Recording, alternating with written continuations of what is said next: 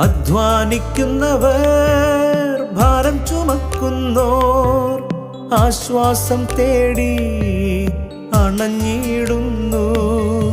അധ്വാനിക്കുന്നവർ ഭാരം ചുമക്കുന്നോർ ആശ്വാസം തേടി അണഞ്ഞിടുന്നു.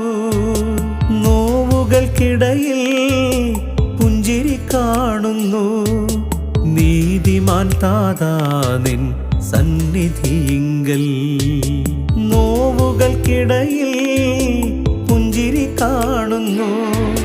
നീതിമാൻ താതാ നിൻ സന്നിധിയിങ്കൽ.